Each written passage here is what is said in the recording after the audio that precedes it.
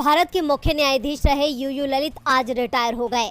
कल यानी सोमवार को उदय उमेश ललित का सुप्रीम कोर्ट में आखिरी दिन था, जहां उन्होंने अपने लगभग 37 साल के सफर को याद करते हुए कहा कि उन्होंने एक वकील और एक न्यायाधीश के रूप में अपने कार्यकाल का भरपूर आनंद उठाया।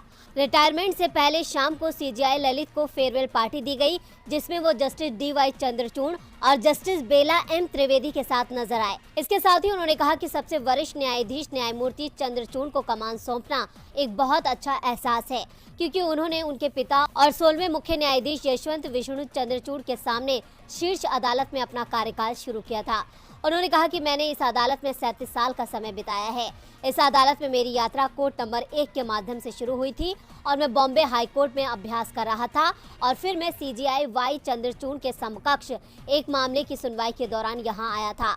मेरी यात्रा इसी कोर्ट से शुरू हुई थी और आज इसी कोर्ट से खत्म हो रही है। कई संविधान पीठों के गठन का जिक्र करते हुए चीफ जस्टिस ललित ने कहा, बार के लिए कुछ करना बहुत यादगार और संतोषजनक एहसास रहा है। आपको बता दें कि यूयू ललित देश के 49वें मुख्य न्यायाधीश रहे और उन्होंने एन.वी. रमन के रिटायरमेंट के बाद 27 अगस्त को कार्यभार संभाला था और ललित का कार्यभार मात्र 74 दिन का ही रहा और अब कल यानी 9 नवंबर को राष्ट्रपति द्रौपदी मुर्मू देश के अगले मुख्य न्यायाधीश डी.वाई. चंद्रचूड़ को शपथ दिलाएंगे। इसके बाद वो कार्यभार संभालेंगे। आपको बता दें, डी.वाई. चंद्रचूड़ का कार्यकाल लंबे समय तक रहने वाला है। 8 नवंबर ये वो तारीख है जिसे पूरा देश कभी नहीं भुला सकता, क्योंकि इसी दिन पीएम मोदी की रात 8 बजे की गई घोषणा ने बच्चों से लेकर बुजुर्गों को अपने पैसों के लिए मोहताज कर दिया था। लोगों को बैंकों के बाहर लाइन में लगवा दिया था। मोदी सरकार के नोटबंदी लगाने के फैसले ने देश की अर्थव्यवस्था को हिलाकर रख दिया था।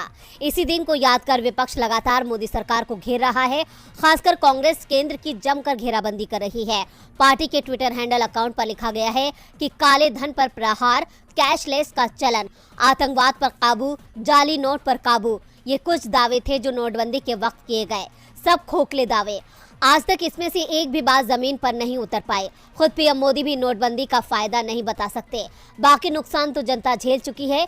वहीं कांग्रेस सांसद राहुल गांधी ने लिखा कि नोटबंदी एक जानबूझकर किया गया कदम था, ताकि ये सुनिश्चित किया जा सके कि उनके 2 से 3 अरबपति दोस्त छोटे और मध्यम व्यवसायों को खत्म करके भारत की अर्थव्यवस्था पर एकाधिकार कर ले। इतना ही नहीं, कांग्रेस के अध्यक्ष मल्लिकार्जुन खड़गे ने भी सरकार को जमकर खरी खोटी सुनाई है। पीएम मोदी ने अभी तक अपनी सरकार में 2016 के दौरान उठाए गए नोटबंदी के कदम की महाविफलता को स्वीकार नहीं किया है, जिसके कारण अर्थव्यवस्था का पतन हुआ। अब जब पीएम मोदी के एक फैसले की वजह से देश में हाहाकार मचा होगा, तो जाहिर सी बात है विपक्ष तो घेरेगा ही। और जब बात नोटबंदी की हो तो भला विपक्ष कैसे खामोश बैठेगा।